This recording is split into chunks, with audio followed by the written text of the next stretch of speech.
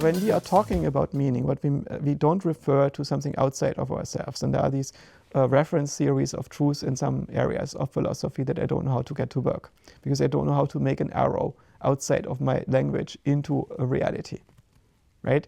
And this is something that mathematicians have discovered and talked about for a long time, Lip's theorem and so on.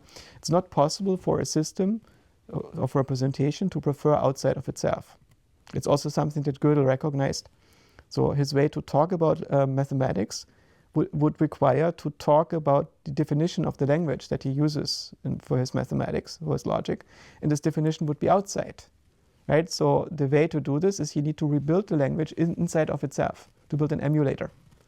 And it's brilliant that he discovered this. Gödel built the first emulator for making his proof, where he is emulating his logical language inside of the logical language, and thereby is able to make references to the inside. And I believe the same thing is true for ourselves. To be in a mental state doesn't mean that we know what this means to be in that mental state, or even that we are in that mental state.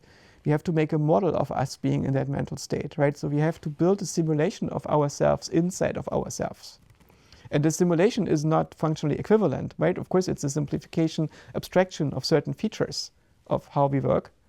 But if we had enough capacity, we could possibly get to the point where we make a model of how we actually work.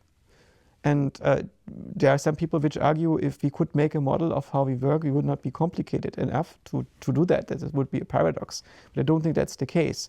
Right? It's only a matter of how much memory you have and how much redundancy you have in the system, because, of course, you do not want to explain every single of your memories. You want to explain how you can form memories and experience them as recalls of a past situation and so on, and use them in the context of all your mental operations. And for that, you don't need to explain all these details. You only need to create a few very specific memories, right, to explain all this functionality. In the same way, it should be possible to train an LLM on papers about how LLMs are written until the LLM is able to not only explain to a human how an LLM works, but also write the code for making an LLM, and even possibly modify it.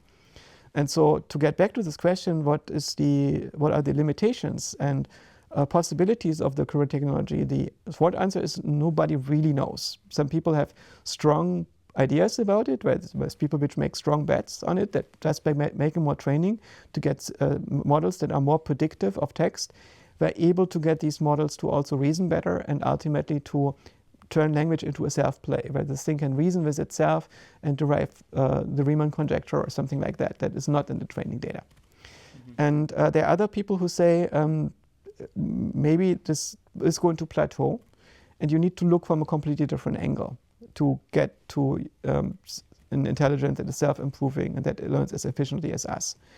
Both sides, I think, agree in a sense that LLMs are not the way in which the mind works, the human mind works, right? It's only something that happens to work very well to extract structure from textual data.